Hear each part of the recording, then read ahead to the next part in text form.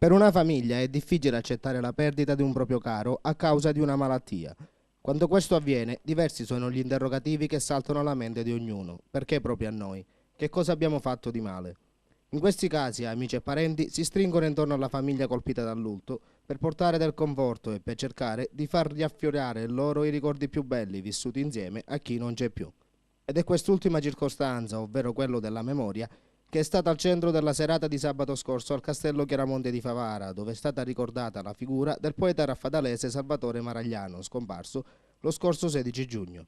L'iniziativa è stata voluta dalle associazioni culturali Il Libero Canto di Calliope e Renato Guttuso, presiedute rispettivamente da Liliana Arrigo e Lina Urso Gucciardino, e si inseriva nell'ambito della manifestazione di carattere nazionale Ottobre piovono libri, a cui l'amministrazione comunale di Favara aderisce per il secondo anno consecutivo. Era doveroso tributare una serata all'amico Salvatore Maragliano. Eravamo amici da diversi anni e faceva parte dell'associazione che io presiedo, il Libero Canto di Calliope.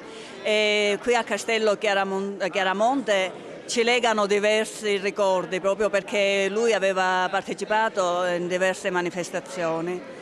Spero che la sua poesia voli sempre più in alto, perché è un poeta che vale. Deve essere stata una serata particolarmente emozionante per la signora Franca, moglie del poeta scomparso, e per i due figli presenti, ovvero Giuseppe e Giovanna, che hanno assistito ad una manifestazione di affetto nei confronti del proprio congiunto da parte dei presenti. Il memorial è stato coordinato dal direttore artistico della Kermesse di promozione letteraria, ovvero il dottor Antonio Patti. Con la scomparsa di Salvatore Maragliano che cosa perde il mondo della cultura agrigentina? Penso che non perda nulla perché il poeta Maragliano è vivo e continua a essere presente e sempre di più penso che verrà a essere conosciuto e valutato da tutti. Il grande pregio della poesia del poeta è che a distanza di secoli possiamo ricordarci di un poeta e quindi questa è l'unica vera immortalità che esista sulla terra, è quella degli artisti. Presso la sala del Collare del Palazzo Medievale di Piazza Cavour i saluti dell'amministrazione comunale sono stati portati dall'assessore con delega al bilancio Giusy Nobile. Per me è un piacere questa sera trovarmi qui presente nel ricordare la figura di Salvatore Maragliano, uno dei più grandi poeti che recentemente è scomparso.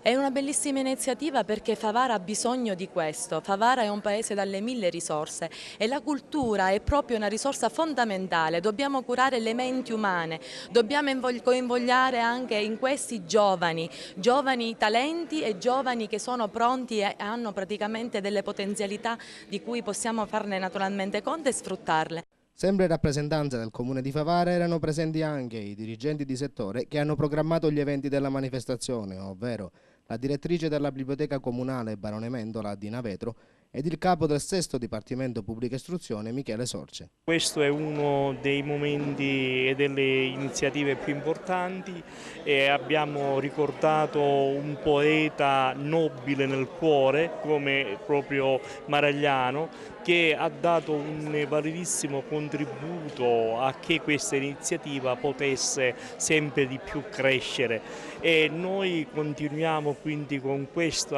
impegno e speriamo che il prossimo anno il programma possa essere ancora più forte, ancora più pieno e più sostanzioso di quello che quest'anno stiamo curando. Tra i tanti scritti di Salvatore Maragliano ricordiamo la Quartara, con cui l'artista raffadalese si era aggiudicato l'ultima edizione del premio Ignazio Buttitta, sezione prosa dialettale. Sempre nell'ambito della stessa manifestazione, la sezione dedicata alla poesia dialettale era stata vinta dalla figlia di Salvatore, ovvero Florinda, con il brano Ascunta. Quindi la rassegna, organizzata dal Centro Culturale Renato Guttuso di Favara per la famiglia Maragliano, ha rappresentato l'ultima soddisfazione letteraria di Salvatore e la prima di Florinda.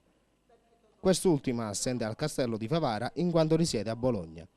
Nel corso della serata è stato proiettato in sala un toccante video dove il regista Alfonso Gueli ha voluto tracciare il profilo sia dell'artista ma soprattutto dell'uomo Salvatore Maragliano, grazie alla lettura effettuata da diversi attori di brani dello stesso poeta scomparso e delle testimonianze di vita raccontate dai propri figli.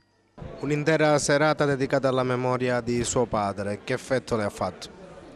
È molto emozionante perché ci fa rendere conto quanto mio padre fosse amato e sottolinea anche il suo impegno nella poesia, ma soprattutto nella cultura e nell'arte.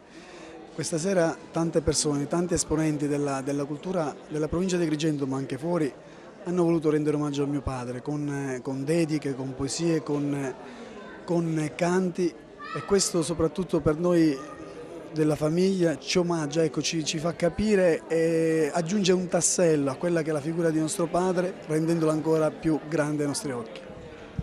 Tutti questi artisti hanno ricordato la figura del poeta Maragliano.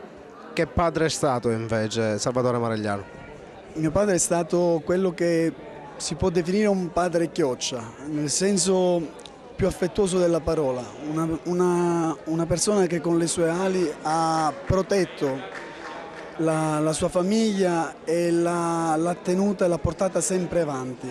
Io posso ricordare semplicemente un episodio degli ultimi giorni della sua vita, quando stava male, non riusciva più a nutrirsi, veniva alimentato semplicemente con delle flebo.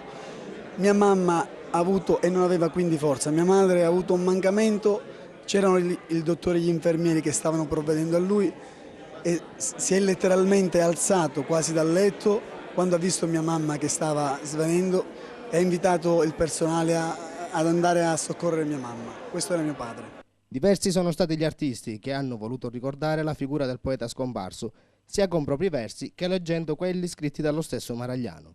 Tra questi ricordiamo Nino Seviroli, Lina Urso Gucciardino, Enzo Argento, Totò Sciortino, Gero Miceli, Stefania Laimo, Margherita Rimi, Rosalba Gueli, Rosa Maria Montalbano, Enrico Caldara, Liliana Arrigo e Vincenzo Patti, che per l'occasione, quest'ultimo, ha esposto a Castello anche le tele prodotte dal Laboratorio Artistico Comunale di Pittura da lui diretto. Come ogni appuntamento culturale che si rispetti non possono mancare le tele del laboratorio, che tra l'altro quest'anno cambierà nome.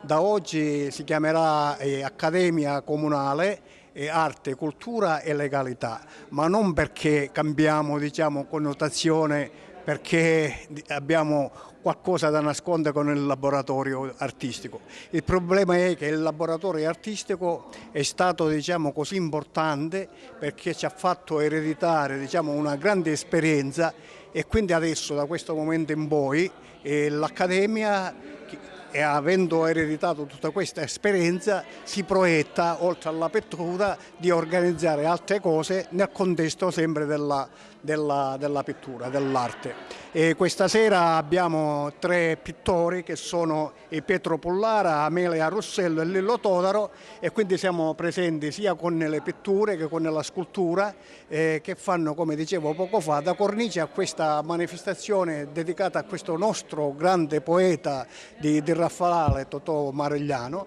Nel corso della serata è stato dato spazio anche agli intermezzi musicali che sono stati eseguiti dagli artisti Nenè Sciortino, Santino Capodici, Franco Sodano e da Grace Ciulla, accompagnata al piano dal maestro Angelo Ventura.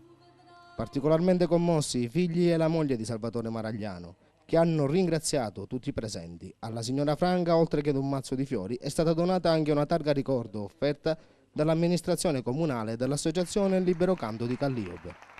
Ottobre piovono libri 2010 a Favara quindi continua, ma sentiamo adesso dalla voce del suo direttore artistico Antonio Patti quali sono i prossimi appuntamenti. Abbiamo un appuntamento il giorno 6 mattina all'Istituto Martin Luther King per la presentazione di un libro di filosofi, quindi un saggio, quindi quest'anno apriamo anche la saggistica sul rapporto Cristo e Anticristo in Kierkegaard e in Nietzsche. Poi prosegue giorno 18 pomeriggio alla Contrada Petrusa, quindi alla casa circondariale, e poi chiudiamo il giorno 20 con la presentazione in questo castello del mio ultimo libro, Povero Pero, quasi un apologo.